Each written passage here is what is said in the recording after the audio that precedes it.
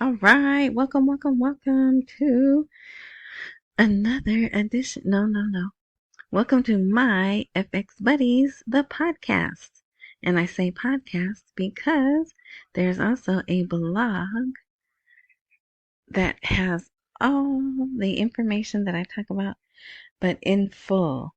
All the articles that I read you little snippets of, they're at the blog in full because maybe the part that I focus on may not be the part that you would focus on if you yourself read the entire article. And you can find that at myfxbuddies.blogspot.com. All right. Also, there's a video. I'm doing a video, and you'll hear me say, see, look at this. See here? Like, look, the image for this podcast is a bowl of top ramen.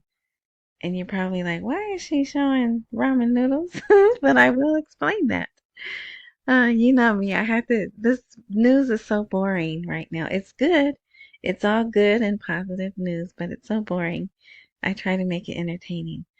So Spotify.com there's a video there, and then you could watch the video. And what's the other? RSS.com is a podcast, but after a while, maybe 20 minutes to an hour, they post a transcript because I know I talk crazy. I don't pronounce words right. I don't finish sentences. Yeah, I know. So the transcript, and then I'm sure because there's people who listen from other countries, maybe English isn't their first language, and maybe the transcript helps. I don't know, but you can only get that if you go to rss.com, and my FX Buddies is where you'll find that, this there. Okay, so I think that's it. I might be on Wisdom. I don't know. Maybe I'm there. I don't know. We'll see. I'm doing an experiment. Which for me could be dangerous, okay? But anyway, all right, so that's all of that out of the way.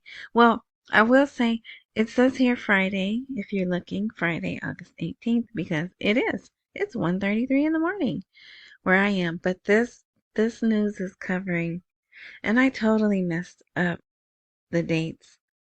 So I'm gonna just say the days. This is covering Thursday, Wednesday, and some late Tuesday evening news. All right, so we'll get to, well, the title. Yeah. Okay, so the title of this, let me tell you, the last 2 days, Al-Alaq, who is the CBI governor, he has just been talking these past 2 days after being what I call missing in action for like 9 days. All of a sudden, he's here. What is that? Huh. Sorry. I, I just did something I shouldn't have done, of course, and I got distracted. Okay. Um, all right. So the title of this podcast, I believe, is Al-Alaq. The U.S. Federal Reserve is asking us about the truth about Indomie. Do you like it that much? So it took a while. When I first read this, I wasn't sure what, and I may not even be saying that right. Indomie. Indomie? It's Indo, like Indonesia, and then MIE, right? So at first I didn't know what it was, and then as time went on, uh, how do I say? A person found out that it's like ramen noodles, or that's what we call them. Top ramen noodles. I don't know, cup of noodles, but I know in other countries they're called other things. But apparently, they're buying so much of this that it caught the Federal Reserve's attention, right? Because so much money is going to this that they wanted to do like an extra little bit of investigation. Hey, are you really buying all these instant noodle dish or, instant noodles from Indonesia, right? So, because that's what it is. It's produced by Indonesia. So, the one thing I thought was interesting was Iraqis doing business with Indonesia, right? And that's another currency that we hope is going to um, change its value, right? Uh, so yeah, so that, but then also I was, to me, it's funny because they just put out 60% of their people are 25 years old and probably male, right? Um, but what do 25-year-olds eat? Ramen noodles, right? If you had that experience, maybe you didn't. Um, I didn't. Um, See, this is probably going to sound bad, but when I was younger, um, I figured out, there are people who would like to take me out to dinner, so I don't have to buy food. There are people who would take me out to lunch, so I don't have to buy food. So, um, when I was single, right? Because then you get married and you have kids, you can't be doing that. And hopefully you don't need to, right? So I never really had that experience, but I do know that people going through college, um, or, just poor, eat ramen noodles, right? And so I was thinking, well, if 60% of their population is 25, maybe they're living off of that. And so maybe they are having to buy huge amounts of that. But anyway, so I just thought that was funny. And also, it shows you they really are being audited, right? They're really, the Federal Reserve, SWIFT, Treasury system really is watching where their money's going. And if they didn't know, now they know, right? So anyway, so that's just one thing that Al-Alaq pointed out. So here I'm going to go, there's two articles here next about the World Trade Organization and how far away Iraq is from being a full-fledged member. I know some of you think it's, oh, they're going to be a member and then they're going to RV. Well, I shouldn't say some of you. There's some people who think that they think they have to be part of the WTO, World Trade Organization, but they do not. Thank heavens, because they're not close. And that's what these conversations are about. And I have them here. Both articles are here if you'd like to read them. But I thought I had bolded a sentence. It says, after 2003, they turned to a market economy through support and attribution with its expertise to take practical steps, right? Okay. But there's the same thing that the World Bank and IMF have been telling them they need to this when you have more than one type. It starts with a D. It is not coming to me, okay? But so they want them to have more than one type of revenue from which oil. Oil is their thing, right? They're in that region where oil is their thing, but they want them to have revenue from agriculture and something else. But ay ay ay, I cannot think of this word. And I know someone's probably screaming it to me. Like when they say, don't put all your eggs in one basket. Well, anyway, so here's the last sentence of one of the articles. The statement concluded views were exchanged on the possibilities of support that the center will provide to Iraq with a diagnosis of challenges and work to support Iraq's ascension to the World Trade Organization by providing technical and legal advice and supporting trade policies to align with international standards. So see, they still need to be more mm, more of the country business dealings, I'll say, need to be more aligned in line with international standards. And yeah, so they have some work to do, and it'll be some time before they do that. Okay, so those two articles are there, like I said, if you want to read them. All right, there's really funky stuff going on with the military and the Pentagon, and the Pentagon's denying things that people are seeing with their own eyes. So finally, the Pentagon said, okay, yeah, you see some stuff happening. You see a presence of U.S. military. Yeah, you see us moving around.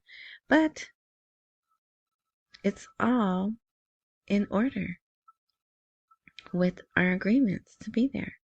Okay, so that's there.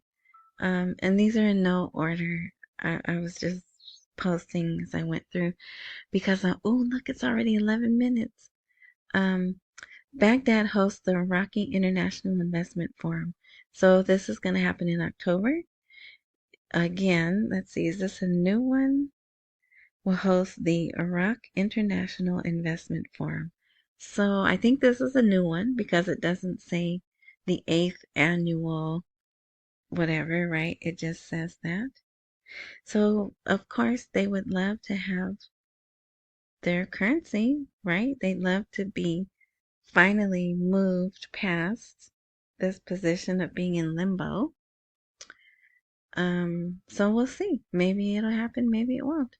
But their companies and countries are coming, and their key is to get investment. Real opportunities that must be studied extensively and presented to sober companies exclusively.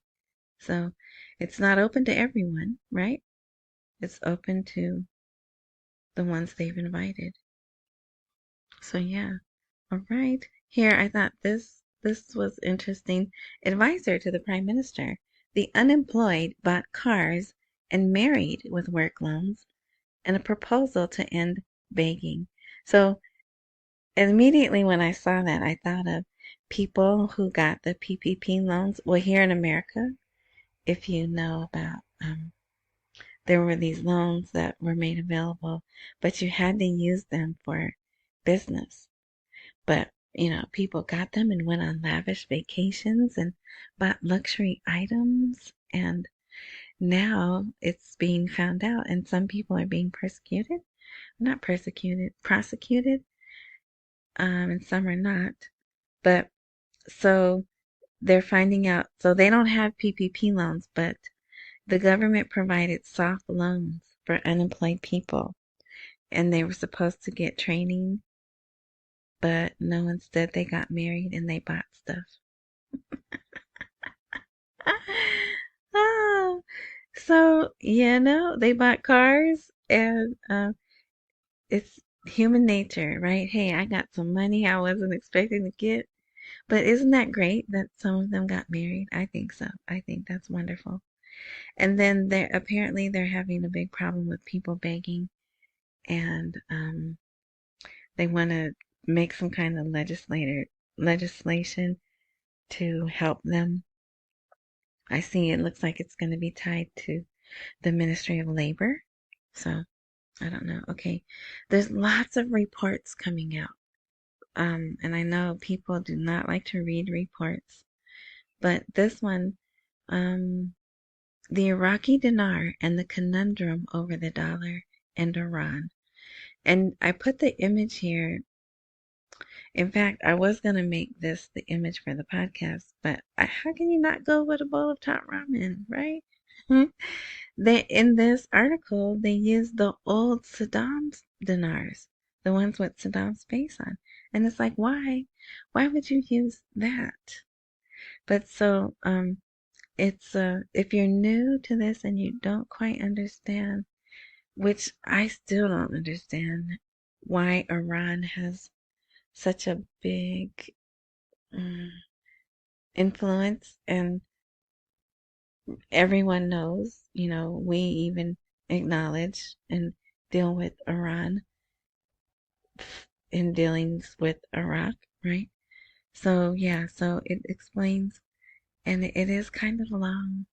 It's kind of a long article, but it's if you want to gain an understanding, you might want to read that. But anyway, let's see. Oh, this is funny. I don't know if I put this on the last podcast, but it's funny.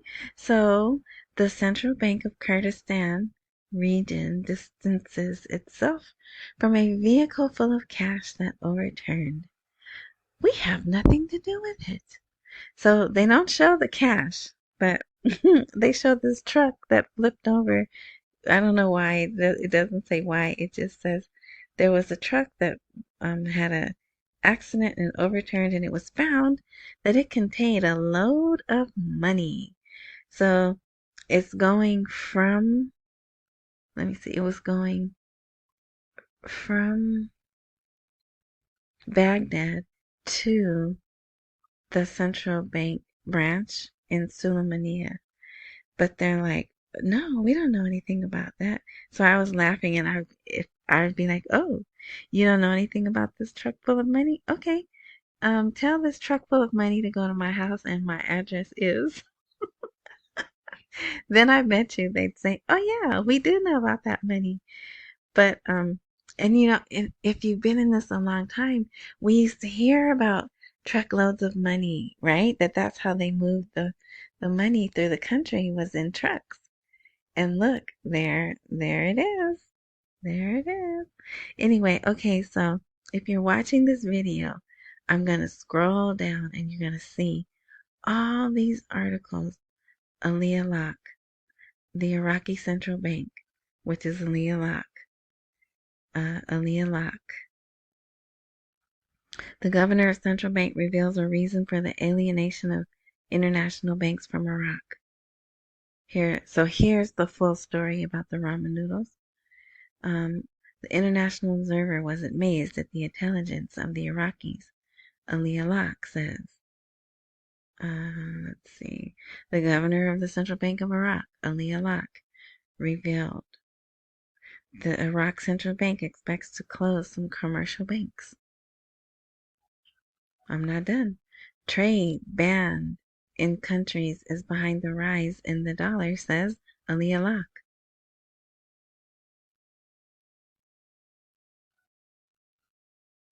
A government bank adds new branches to sell dollars to travelers, with instructions from Al-Alaq. And that's it. But those are just ones. There was even more. I could have posted more. So if you want, and what's frustrating is they don't put everything in one article. So you kind of have to read you have to read every single article that comes out, because some of them will have most of the details, but not all of the details. And then you'll read one little article over here that has something that the others didn't. But let's see some of the things. So there was a meeting with some media people, media and something else. So one of these articles was it's the one that has battle. The Central Bank of Iraq's governor says he's in a battle with smugglers to keep the cost of the dollar down or something. So that, and then there's something else with war. So that article is, it's not going around the world, but it did get out of Iraq. Okay, so some of the things that he says, in this one article, it says Al-Alaq did not mention Iran by name, but he indicated that he did not have data on the volume of dollars smuggled from Iraq to Iran or any neighboring country, right? So rather than name names, they said neighboring countries, but you can kind of imply or infer, whatever, that it's Iran, Turkey, and Syria. But they know that it's happening just like we know that it's happening, right? And so you would think, okay, well, if they, I mean, there's a whole lot of stuff we don't know, but you would think if they made the dinar the value that it should be, then would those other countries still want dollars? Right? I don't know. But yeah, so here's another title: The Iraqi Central Bank. We are committed to the battle over dollar smugglers.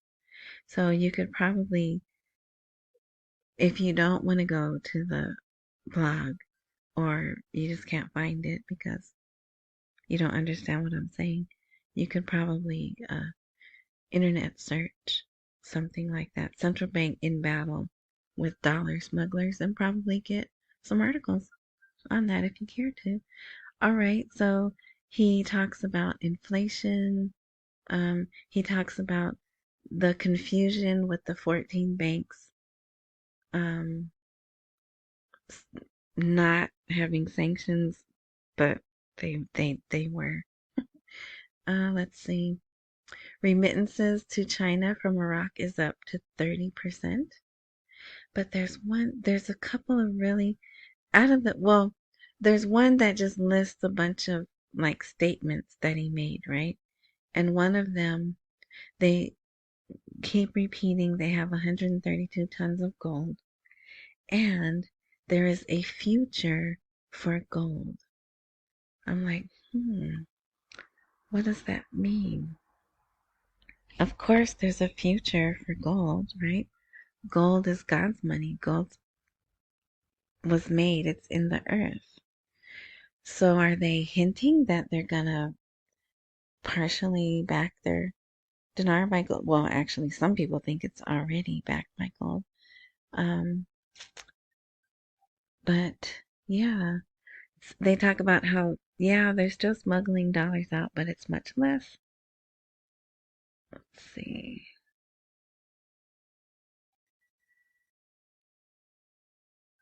What else? There's one sentence where they just say it costs 5 to 6 cents to print a dinar note. Yes, that's all it says. And it's like, okay, why is that one sentence there when they just said they weren't gonna print any more dinars, right? Maybe last week they said that, but then they're pointing out the cost to print dinar notes.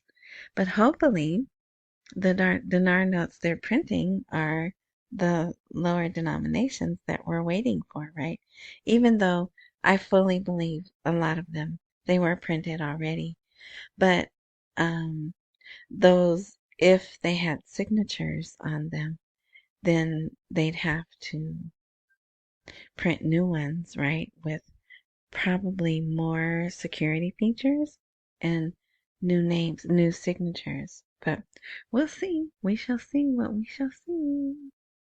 So yeah, so there's all those, if you really, and really good things that we would love to hear the CBI saying. But what time? Oh, we're at 23 minutes. Okay. Well, I think we're almost done. So Um, well, I already don't expect the RV to happen until September, but I really don't think they'll do anything the whole next week because there's another holiday coming, and this one's called the 40th or Arborine or something else. But they expect to have at least 5 million people in their country, and it's the one they walk through Iraq to one of the shrines. So, and they're called pilgrims, and they make a pilgrimage. And I don't think it would be an optimal time to do a major change to your money while you have 5 million extra people in your country. But because they're having these visitors, pilgrims, um, they've opened up new branches. Not no in new branches. Let me see. There are branches right now that cannot sell the dollar. For this purpose, they are letting them sell the dollar, right? Because there's going to be a lot of people there. All the banks are going to be open during the holidays, even on Friday and Saturday. Yep. So I really don't expect anything to happen next week. All right. Just FYI on that. There's an article here about Maliki and Romanowski. They constantly mess up her name. At one table discussing several files. So people think Maliki's going away. I've been saying for years he is not. And there he is meeting with the ambassador. And then before that, Sudani discusses with Maliki the situation of the government. And Sudani looks really weird in this picture. But you can see them if you don't know. This is Maliki over here on the right. And this is Sudani on the left. All right. Oh yeah, they opened up business with India. The Iraqi central bank begins to open channels of financial cooperation with India. Banks, there's banks that Iraq wants to open in India, and India wants to open banks in Iraq. So that's great. More forward movement, more expansion, right? Just not what we want to hear, but it's good for Iraq, right? The Norwegian, normally I don't care about stuff like this, but I'll tell you why I'm mentioning it. The Norwegian company DNO resumes oil production in the Kurdistan region. And blah, blah, blah, blah, blah. Who cares? And then also, companies operating in Cormor Field are back. And listen to some of these countries. There's someone from Austria, Germany, and Hungary. I think there was one more. And Canada. Jeez Louise. And you know what? I still can't think of that word. And it's really bothering me. But anyway, but why I think this is good, it means these companies feel safe bringing their people back, right? They left for a time because either they couldn't get the contracts done or it was unsafe for the people to be there. So that's good news also, that these companies feel safe bringing their people back to work, and more oil will be flowing. And yeah, I don't know if that's a good or bad thing, but they're not going to have people there just to not work, right? All right. And so this came out. Uh, I was wondering where Romanowski had been. Alina Romanowski. She was on vacation, so she went back to the States. But then she went back, and it seems almost immediately she was interviewed by someone. And you know what? I think she speaks Arabic. But anyway, so some of the interesting things that she said were, well, one of the questions they posed to her, what prevents Sudani from visiting Washington? And her answer was, there's no existence of any American objection to the visit of Sudani to Washington. In fact, I think he's going to New York to participate in the United Nations General Assembly meeting. What? How does she know that? And they don't know that in Iraq. But yeah, so apparently, well, there was an article, there was some expert, and that's what they called him, expert. And I don't recall what he was an expert in. But he said that all these defensive meetings, the military people, that's why I'm saying defensive, Department of Defense, and Ministry of whatever would equate to that. They've been meeting. And this person that I actually never heard of, and watch will probably never hear him or see him again. He said, "Oh yeah, all these meetings are good. They clear the way for Sudani to visit America." And then 2 days later, here's the ambassador saying, "Yeah, he can visit, or not. Not that he can, but he'll probably be in New York." And the UN General Assembly meeting is sometime in the first half of September. And so yeah, so very interesting, right? And then she also talks about some stuff with Iran. And yeah, so we're done. That is, so you're all caught up for uh Thursday, up until Thursday. And Thursday's a slow news day because they shut down for their holy day, which is Friday. And I didn't even do my one commercial here. Um, Thought I'd give you a break from the commercial today. But yeah, so hang in there. Things are moving. Um, it's just not, really big explosive things, but they are. So what do I say? Um, Accumulate while we wait for the rate to appreciate. Pay all your bills and don't miss any meals. Hey, even if you have to eat top ramen, right? Please don't eat top ramen. It's like one of the worst things for you. Human beings should not be eating ramen noodles, or the cheap plastic ones that you just put in boiling water. Anyway, yeah. So thanks for listening. I hope this helps. It really is good if you go to the blog and read the articles for yourself, because I really look. We're at 32 minutes, and I just really can't cram everything in to these podcasts, or they'd be an hour or two long. And if you're feeling like it's not ever going to happen, there's some really encouraging things you can read there. All right, so thanks for listening. Oh, if there is a join or subscribe or whatever word like that, it almost came to me. It almost came to me. It's not discriminate.